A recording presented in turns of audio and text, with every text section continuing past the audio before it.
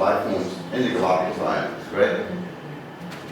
When we talk about this oceanographic setting, probably the magic of the Galapagos is actually the location. You know, we are right on the equator, no, right here, and in fact, the big island of Isabel is actually crossed by the equator, right?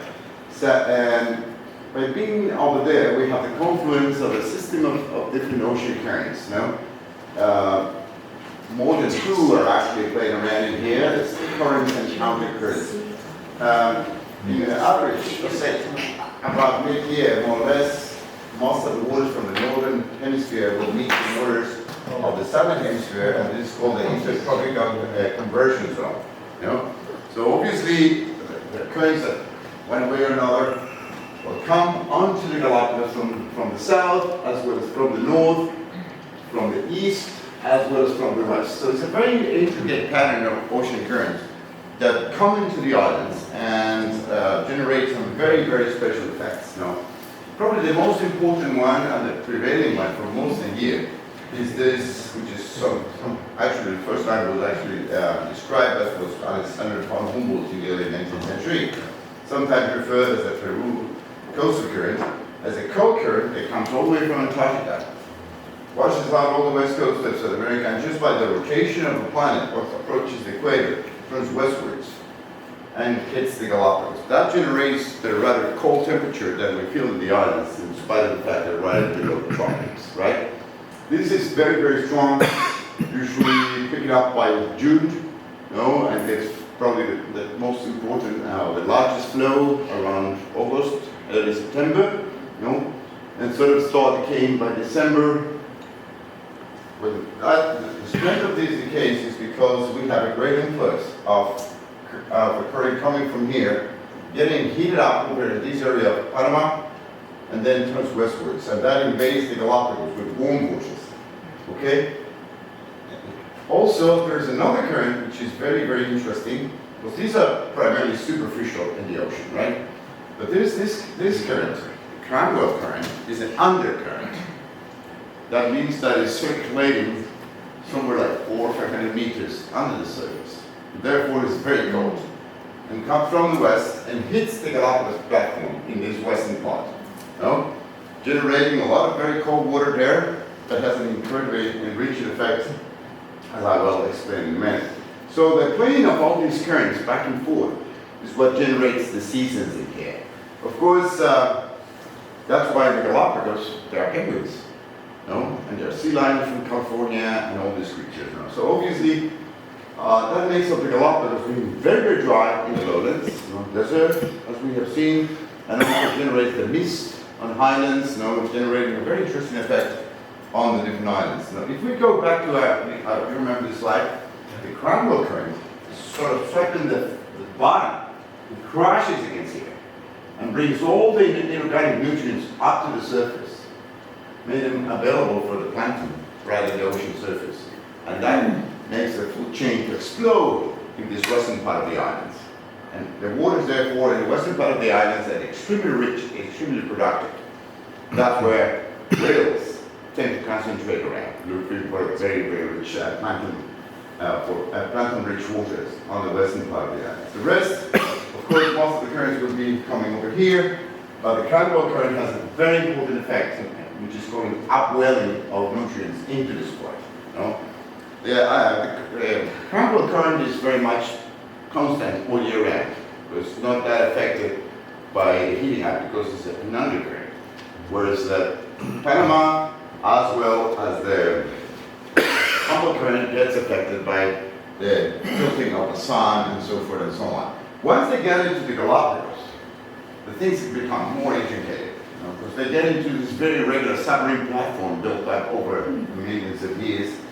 And that means that within the islands, all these currents turn into a very, very intricate pattern, you know, in various directions, various speeds, and so forth. And this is what created a famous name of the Enchanted Islands. And it was linked to the fact that in a time of the year, say August, early September, it's very heavy mist that sits down right to the water of the ocean, right? So you're navigating with a compass, you have these islands there, the mist settles in, clears up, and the island is gone. But you keep drifting in all different types of directions. So the islands tend to appear and disappear in the mist. That's what generated the term of enchanted islands, by the way, no? But it's all about what the currents do once they enter this different depths and so forth in the Galapagos platform. Anyways, yeah? When it comes to weather, it's very interesting the effect of the Humboldt current. What happens is you have all the clouds, the air masses flying over the ocean, and when they pass over here, you know, they're cold, so cold currents, so they condense, and then that drives into mist. In highlands like this, when you're in the windward side of the island, this will crash against the highlands, and of course you have sometimes 2-3 months of daily mist as it is in the air. No? That's sometimes called the mist of the Garua season in here in the Galapagos.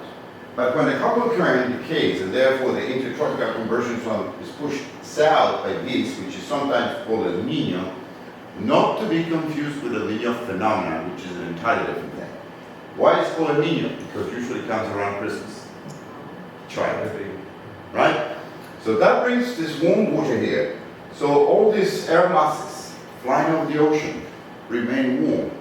So you don't have mist or rain on the ocean, but once they get to the islands because of the height. So they crash against the islands, and in that period we have real tropical downpours. That triggers the blooming and all the vegetation and leaves to grow. So the islands, like the lowlands that we've seen, really bare trees and so forth, but just burst into foliage, and that will trigger a super incredibly rich cycle on land. But what happens in the ocean is like a reverse effect. When the warm water gets in, the food production in the ocean drops. You know, incredibly enough, you normally see these videos of the tropical seas and coral and all these colorful fish and so forth. In fact, cold waters are far more productive in terms of food than warm waters. Yeah? So the Humboldt current provides a lot of life, really, whereas these sort of kind of cuts down a little bit of food chain in the ocean. So that's when the seabirds and everybody who depends on the ocean kind of slow down. However, it's a flourishing period on land because you got all the rain. So you have this on and off of both land and ocean, generating different seasons and different breeding cycles and so forth on sea creatures versus land creatures in the Galapagos. So you have a very defined pattern in that sense, which is primarily created by the fact that we're on the equator, where northern and southern hemisphere waters meet and play around in different periods of the year. So that's kind of the regular weather pattern in the Galapagos. Totally different from what the Niño phenomenon. The Niño phenomenon is described by the oceanographers as anomaly. When they say anomaly, that means we don't know why, we don't know what, we don't know when. In fact, this is a picture of Noah that was about 2-3 years ago. You know, in Ecuador we have very close monitoring of Niño. Because when a Niño hits, that means really heavy rains, particularly on the coastal area, that implies a major impact in the economy of the country, because that destroys a lot of the big plantations of bananas and all infrastructure, roads, bridges. Because we have these rains that would be like 20 times more than a normal heavy winter. So it's very impacting in the economy of the country. The only sector that flourishes really well is the shrimp farming, because they enjoy a little warmer water. But other than that, it's very impacting on the economy of Ecuador. So we keep very, very close eye on what happens, particularly along the Central Pacific here, the tropical Pacific. Normally when you have a Niño, the water that is normally flowing that way warms up and sort of bounces back for some reason, nobody really knows why, and we are all of a sudden invaded by this mass of hot or warm water, I should say. That triggers heavy rains in the Galapagos and very heavy rains on the mainland. About 3 years ago, this was about June, July, and normally the temperature drops, we're still picking records of very warm temperatures. So we are kind of, well, Niño's coming. So there's a big thing going on in the country in preparation for that and so forth and so on. And all of a sudden, by November, that decayed and went back to normal. No? But then, at the same time, they start to record incredibly warm temperatures in the northern Atlantic and in the southern Atlantic. So that year, we had a Nino impacting Uruguay and northern Argentina. From that year on, the oceanographers say, well, El Nino is not only a phenomenon that affects the Pacific Ocean basin, it affects the Indian Ocean and of course the Atlantic. So it's actually a global phenomenon. The Nino phenomenon has been occurring for eons, really. We have records of the occurrence of Ninos that go way, way back, and it occurs every 12, 15 years. Sometimes a little stronger, sometimes a little milder, but every 12, 15 years there's a Nino. The strongest one I remember, and that was kind of challenging here in Galapagos, was 82. On 82, there was a very, very Nino. So the ocean temperature rose enormously, and the food chain in the ocean collapsed. Of course, seabirds like boobies and frigates, they were starting to death. And that's right after that is when I started to dive in here. It was kind of challenging. Ready, eager to go, and all your people want to see animals, and you go on these trails, and it's like a cemetery. Dead animals, dead seabirds, all over the place. Because of course, I mean, all these guys were starving to death. Usually after the Nino is what today the climatologists call La Nina, formerly was called the post-Nino drought. So it's followed by 2 to 3 years of drought. So you have these on and off, very dramatic cycles of weather changes that are incredibly important selective pressures on the wildlife, plant life and animal life in the Galapagos, sea as well as land. You know? So Nino is an entirely different thing, and as I said, it's an anomaly. Nobody really knows why it happens. We can monitor when it's kind of building up and approaching, but we don't know why 2 or 3 years ago all of a sudden vanished. You know? So when they tell you anomaly, it's like a big question mark behind it. Okay? Just to differentiate from the Nino phenomenon from the Nino current, which comes over Christmas and brings the heavy rains here. If we go back to this map again that we used the other day, here you can see really, really well in the southern part of the island, no? Or in the high islands like here, no? Here in the southern part, here in Cristobal, where vegetation is growing. Because that's the windward side. That's where all the mist crashes. Now, if you remember, when we go down towards the Tobacco Channel, it turns right very, very high. No?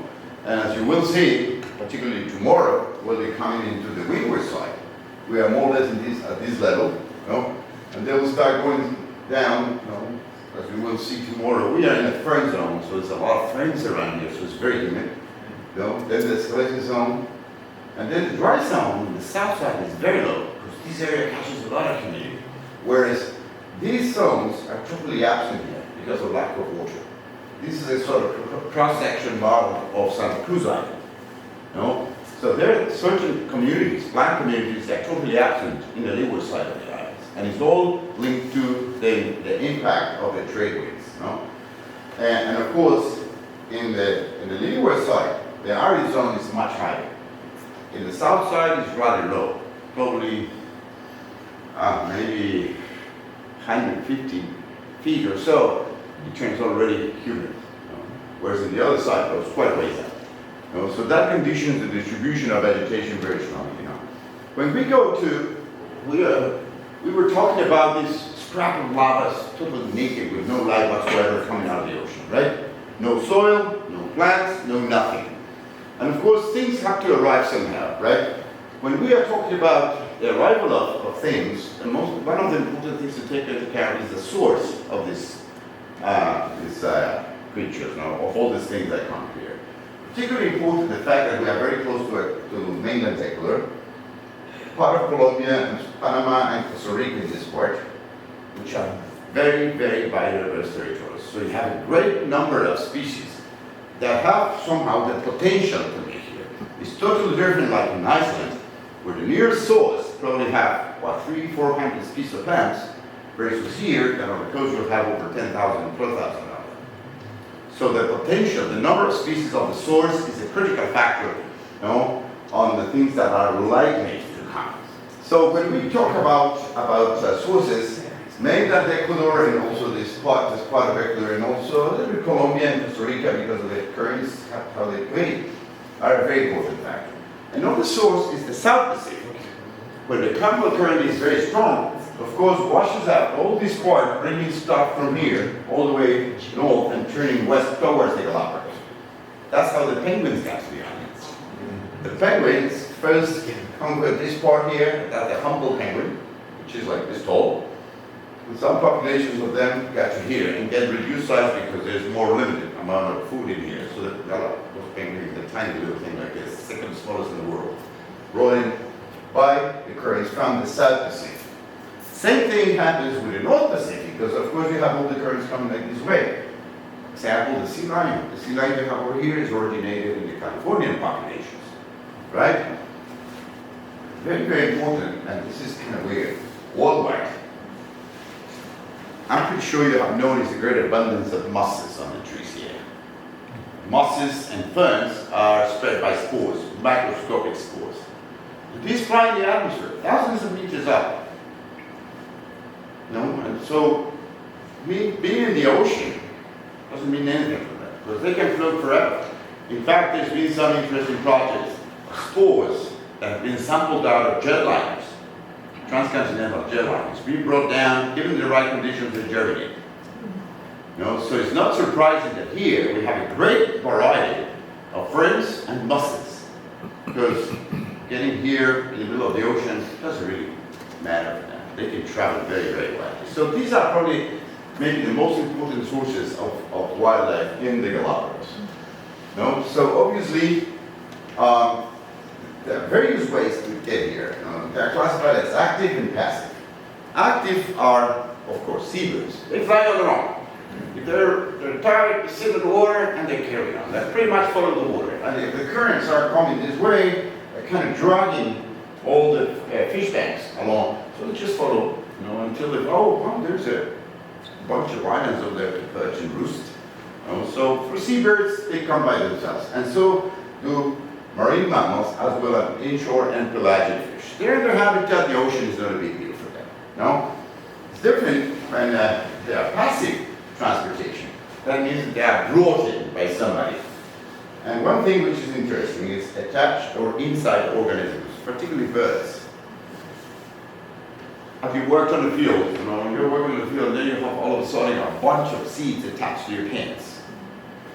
These seeds, they have these little hooks, which is actually the base of bird fur. Bird fur is based on that.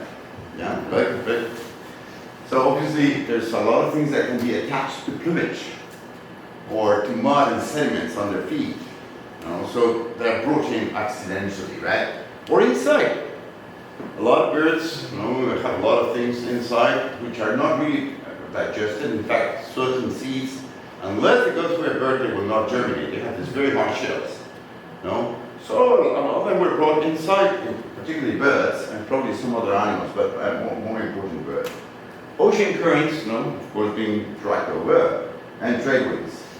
But probably the most important for larger animals is vegetation rafts. Do you remember the very big river that we flew over when we were going to land in Guayaquil? That's the Guayas River. The Guayas River drains the basin probably about 45,000 square kilometers. It's a massive basin. In fact, the Guayas River is the largest river draining in all the west coast of all the Americas. Right? And of course, it washes out this tremendous area of rainforest. When you have these tropical rainstorms, sometimes if a tree happens to be right at the bank, erosion will knock this whole tree off, or will break branches and pieces of vegetation. So they fall on the river, and little by little they're washed out all the way down into the Gulf. And once they get into open ocean, they're carried out by the Humboldt current here. In 1987, they had a very interesting project actually. Right in the city of Guayaquil, by the river, they tagged vegetation pieces like this big to actual massive trees that fell and were floating. 10,000 of them. But vast majority sank on the way. But quite a few made it here. And some of them made it in only 2 weeks. Yeah? So the vegetation wraps is very important. Think about these towering trees, which is a full habitat in itself. A lot of parasitic plants, a lot of birds, a lot of things living in there. No? So as long as you have some food and some water, you can just drop along. No? The chances of arriving here for smaller animals attached to this vegetation wraps is enormous. Probably the most important way to arrive here by land creatures is by vegetation wraps. Because it's not likely that the finch will fly from Costa Rica to here. It's going to take a lot of effort. So vegetation wraps are a very important source. But of course, there are a number of barriers they have to cope with. The most important one, 600 nautical miles of open ocean. An open ocean is sort of different than a lake, because it's seawater. If you are in the ocean for long enough, even if you're in water, you dehydrate and dry up. And probably modified actually because of the osmotic balance issues, right? So the ocean, the fact that it's salty is a very, very complex barrier for the majority of creatures. You know? Of course, if you're going in this raft, lack of food, you have to eat. Everybody has to eat. We have to eat later. Yeah? So obviously, the lack of food during the journey can be a very important limiting factor. So the more likely you are to cope with a diet, the better chances to get farther out. So lack of food is very important, and so is lack of fresh water. No? Of course, these things are coming from rainforest, which has tons and tons of fresh water. So obviously, all of a sudden they're in the ocean, there's no water to drink. So the vast majority of the attempts will vanish on the way because lack of fresh water. You know? Presence or absence of resting places for land birds is very important. If you're in a big floating tree, you're fine. If you got some food, you might make it. You know? But if you're in a small little branch here, you know, that sinks, and you don't have a resting place or a perching place, so you're banished that way. You know? And also another thing which is quite important is the protection from weather elements. These creatures come primarily from rainforest, and they most likely live under the canopy, so they're not that exposed to the sun. And all of a sudden, this guy is rafting in this little piece of wood, totally exposed to the sun. Probably will die out just by the heat. You know? So obviously it's a very hostile environment compared with their home environment. Okay? When you evaluate these barriers by a group of creatures, it's really amazing. You know? Many plants are very resistant to salt. Think about the mangroves. We see a lot of mangroves.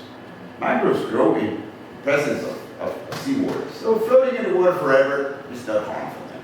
Yeah? But for most of the others, the osmotic issues are a problem. For fish, they're home. No big deal. For mammals, it's another story. Because mammals, that I was telling you about the whales and the dolphins, we are very demanding in terms of energy because we have to generate heat. So for mammals, it's very, very hard to get here.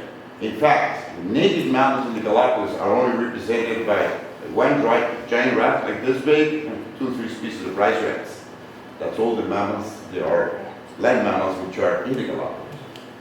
Because of course, they couldn't cope with that journey. You know? On the other hand, reptiles, these are tremendously favored. Because reptiles have the great ability to drop the metabolic rate to the minimum. So they can go on very long extended diets with no food. Number one, great advantage. Number two, the fact that they have watertight skins. So they don't suffer from these osmotic balance issues with the salt. And sure enough, the reptiles are by far the most represented group in the Galapagos.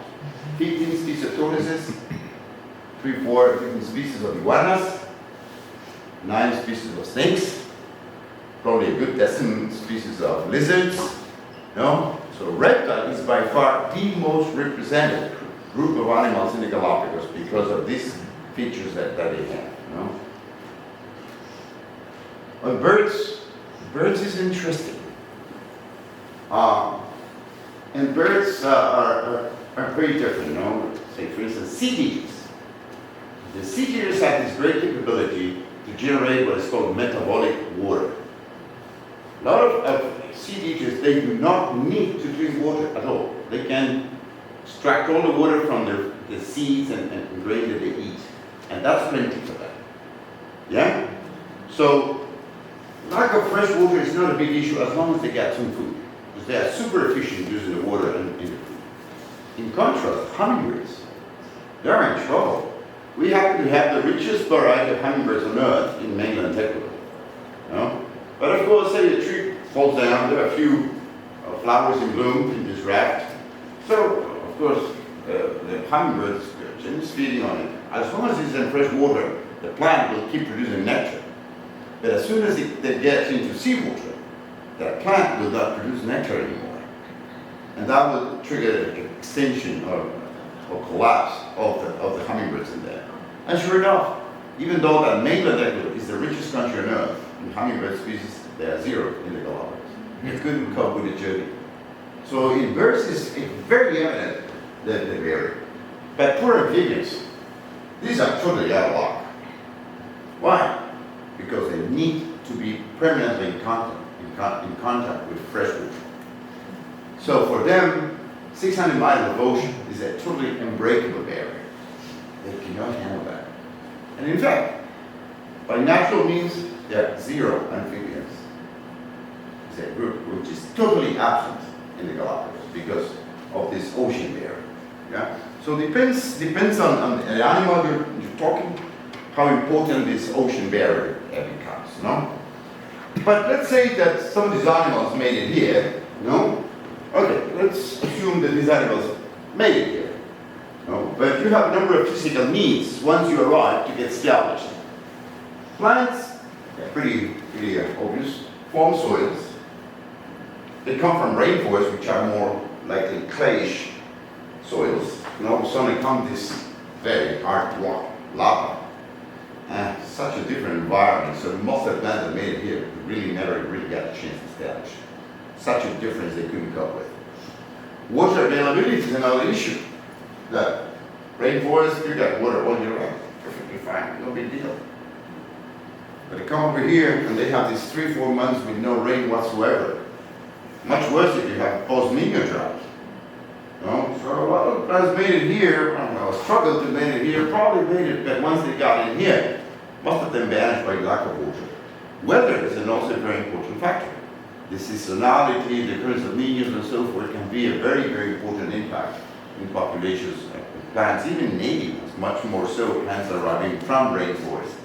And seasonality is also very important in the rainforest. There's not much of seasonality. It's pretty steady. I mean, there's a very little difference in rainfall over the year, but weather is very stable.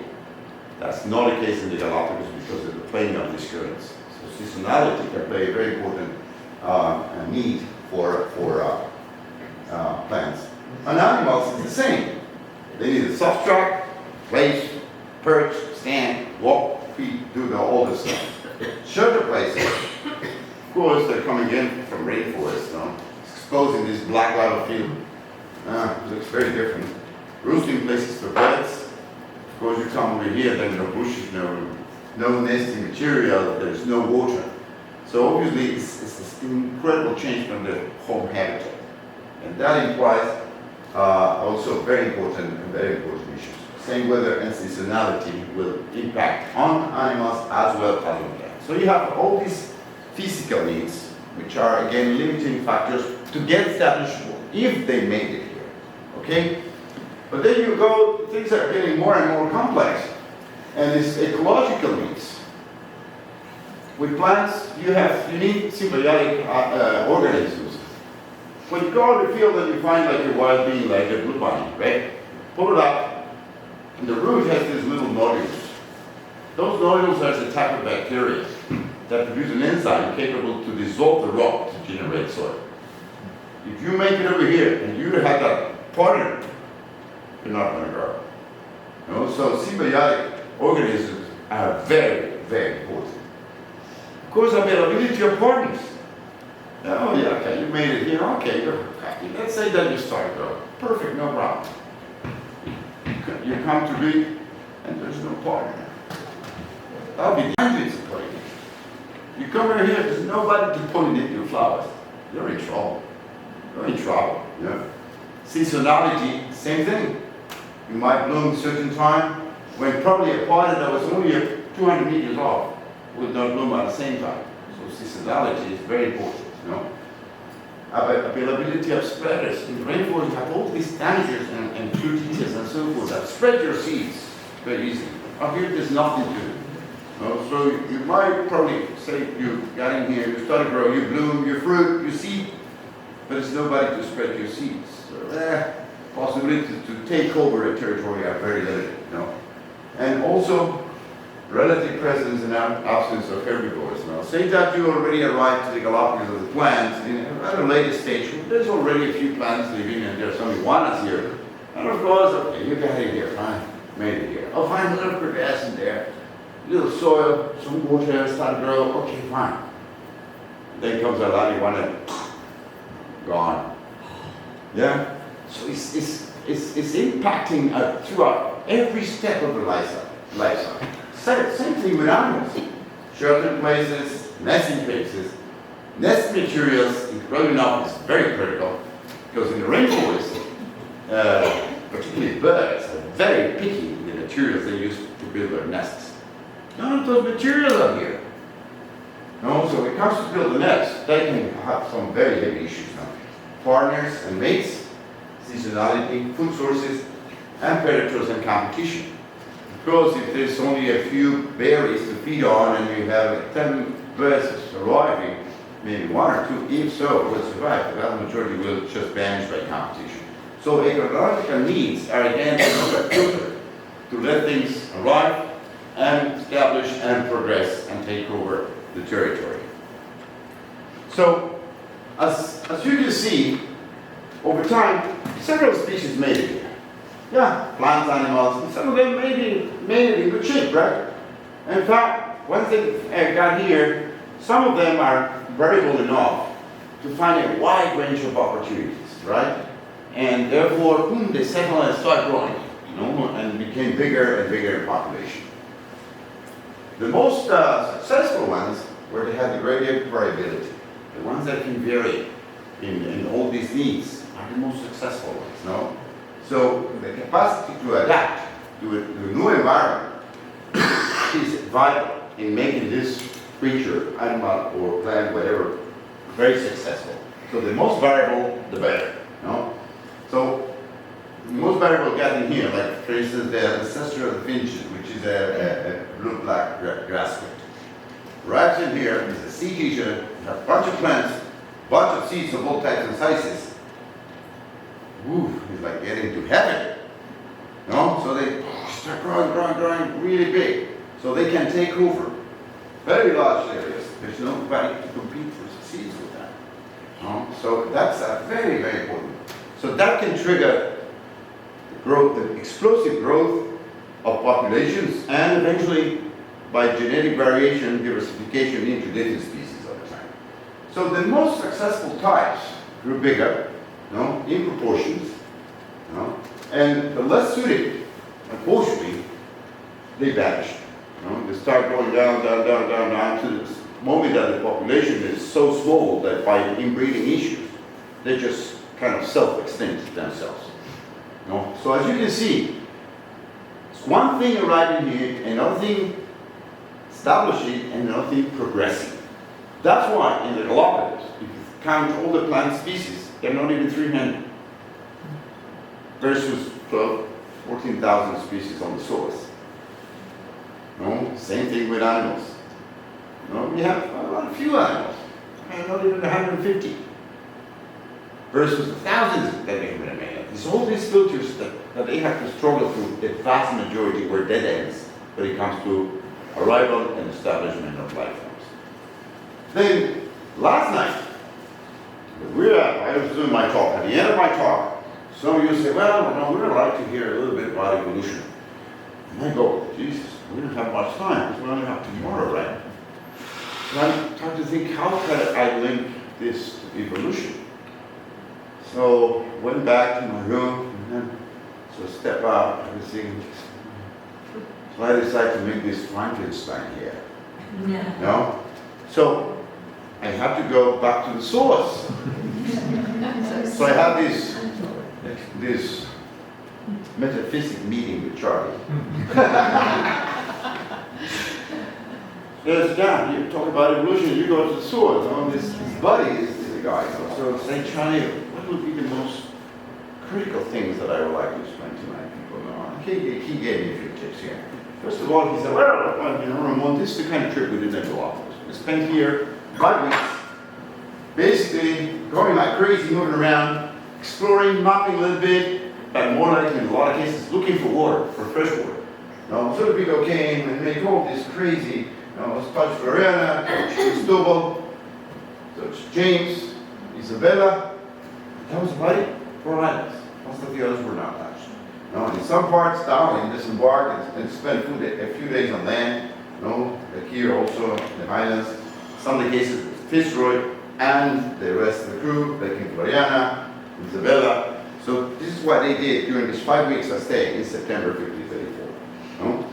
And over that period, of course, Darwin and what's happening in the Victorian England at the time, there were these 4 big questions that were kind of the big thing. So the 2 major questions that led to the theory of evolution by natural selection is what scientific explanation can account for the diversity of life existing at the time, described at the time. And of course, that also includes all the fossil record. Because at that time, most of Europe really lived on the well, we call it Latin really, even the Aristotelic concept that the Earth was only 6,000 years old. But why do you have fossils earlier than that? And why you don't have fossils of the modern life forms? So it's like, there's something weird in here, yeah? No, so there are many species that are well extinct. Why not having like a modern elephant or modern monkey fossil way back? If all the animals died out and turned into fossils. So the big diversity of life was hard to explain at that point, no? And also, another thing which is very important is the similarities and differences between living organisms worldwide. Of course, they didn't know anything about plate tectonics at the time, right? What is this? Why is this happens? Why these are similar in Africa? Why do you have the ostriches, and here you have the Nyandus, and then you go to Australia, you have the same guys. It's like, what's the story about it? So all these questions are floating about the people out there. So, and evolution became as a unifying theory that explains the otherwise just a collection of encyclopedic knowledge. Just put it together and try to explain how and why all these things appear. No? But if we go, and this is a very interesting chart, I really like this one, because Darwin was published in 1859 on the origin of the species. Now, he was more or less around here in the Galapagos. But it's really interesting because he was very much inspired by Lyell. He's like the father of modern geology. He was the first one that stated that the planet is much older than 6,000 years, particularly based on the fossil record. There are many others, like Neil started making a classification by the morphology of the animals and linking something which are likely to be together. No, Hutton was also, he mentioned a lot of the gradual geological change. It was like the first hint of what will be later on the base of what will be the tectonic plates theory. Lamarck, because I'm pretty sure you've heard of Lamarck, who does a typical example of the giraffe and the acacia trees in Africa. And Lamarck said that a giraffe stretched the legs and their neck in order to reach them. So that meant that the environment directs and pushes changes. And that's the Lamarckian model of evolution that today we know is not right. But until now, that was the main concept of how things differ, basically directed and pushed by the environment. No? Malthus came out with population limits. Populations have limits, so they can't really grow crazy. I mean, there's a lot of things that probably competition, so some of the initial concepts are, But Mendel was contemporary Darwin, but Darwin never, ever got to know anything about Mendel. Mendel is working in clustering in Austria, so his discoveries of bees and some of the initial genetics were not known. Darwin did not know anything about genetics. And nobody did, because Mendel was actually published much later, in the late 19th century. And also, Wallace, Alfred Russel Wallace, was coming into kind of the same things that Darwin did. And they actually exchanged a lot of things. And Wallace got to the point and said, was because Darwin came from a very rich family, or relatively well-off family in Britain. So he figured that he, having this social position, could face it a little better. The critics, after publishing this crazy theory that would go against all the creationism and church and so forth. Whereas Wallace said, well, I'm a very modest guy, and I don't think I could stand that. So he actually sent a lot of his papers to Darwin, and they kept some, but they both came to the same sort of model of differentiation and association, right? But Wallace did primarily Southeast Asia. And this guy was really out of luck, a good part of his collection burnt in fire and so forth, but nevertheless, he came to pretty much parallel to Darwin to the same conclusions. Finally, kind of supported Darwin to publish. Said, okay, let Darwin face that. The critics, I don't want to deal with that. So obviously, as you can see, it's a succession of different concepts. There was a context of the Victorian England of the time. Obviously, as time went by, all these different authors start making really Britain to become enlightened. The Enlightenment arrived in Britain a little later than the rest of Europe. Probably because Britain was very conservative because of the church, the Anglican church, and also probably geographically isolated by the English Channel and so forth. So the Enlightenment made it a little later. But of course, it was so kind of compressed and burst once it got into the British Isles. But the most important four postulates of Darwin, after all this research, is that the animals, the populations in general, are variable. And yet, think about us. Some tall, some short, big, paler, darker. I mean, there's a lot of variation. So variation is an important thing, yeah? No? Some of these variations are passed on to the offspring. No? So the heritability is the most important feature. And Darwin kind of inferred that, even though that he didn't know anything about genetics, which is an incredible achievement. No? What's the point of having a special feature? Say, an example, a bodybuilder, a bodybuilder couple. They have a kid, and you take that kid out of their influence when they're born. That kid's not going to be a bodybuilder. It doesn't have the influence, right? So these are things which are acquired but not necessarily inherited. So Darwin already figured it out without knowing any genetics at all. In every generation, more offspring are produced that can survive. Some individuals survive and reproduce better. And this is very interesting because one of the most important things that Darwin brought up, if you have read The Origin of the Species, it's very interesting because you go through the whole book, and in the whole book you do not find the word evolution at all. The first time that the term evolution comes in a paper published later, by Darwin also. But in The Origin of the Species, the word evolution does not appear at all. No? In fact, the great achievement of Darwin was the natural selection. The natural selection somehow is like a straight line. No? And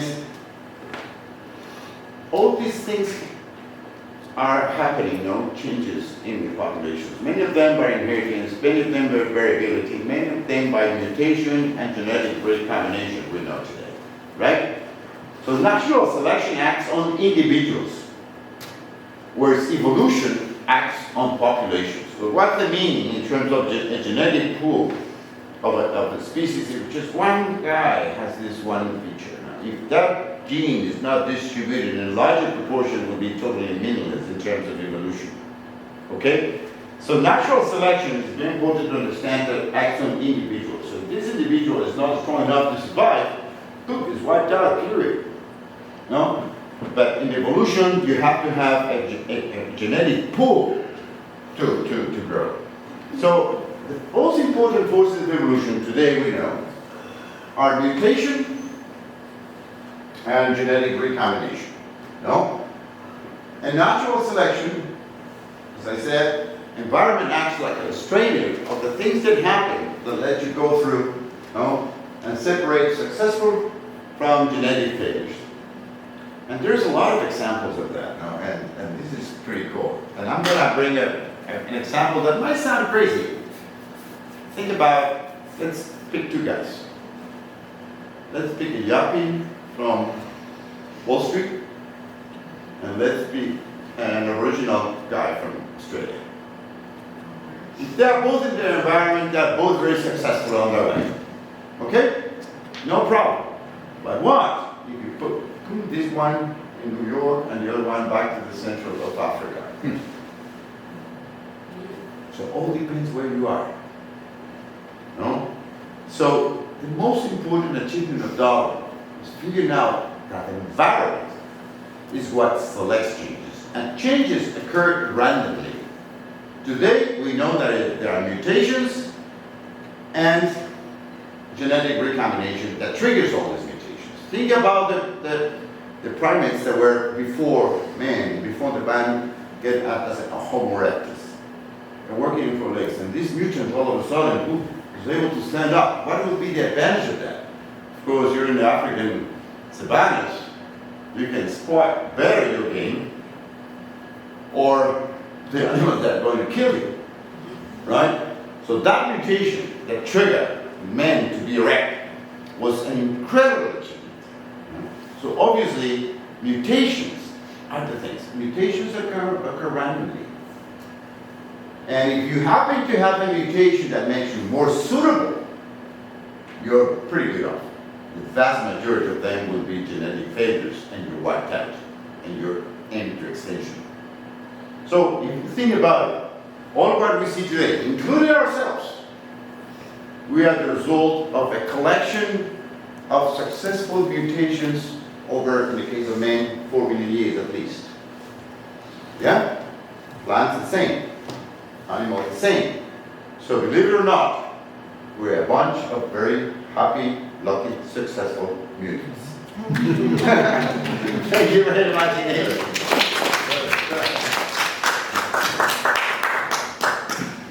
Did you ever thought that you were a very successful happy mutants? So I hope this will kind of enlighten a little bit, because evolution can be a pretty dense subject, you know? So obviously it's a thing that naturally, I mean, you could take entire careers for evolution if you go to fine detail. But the main phenomenon is genetic changes which can be inherited and filtered and being able to go through that strained core environment. All right? Questions, please. Okay, let me try now to find what's going to happen tomorrow. Yeah, this is almost the 7 o'clock, the Galapagos version of the 7 o'clock news.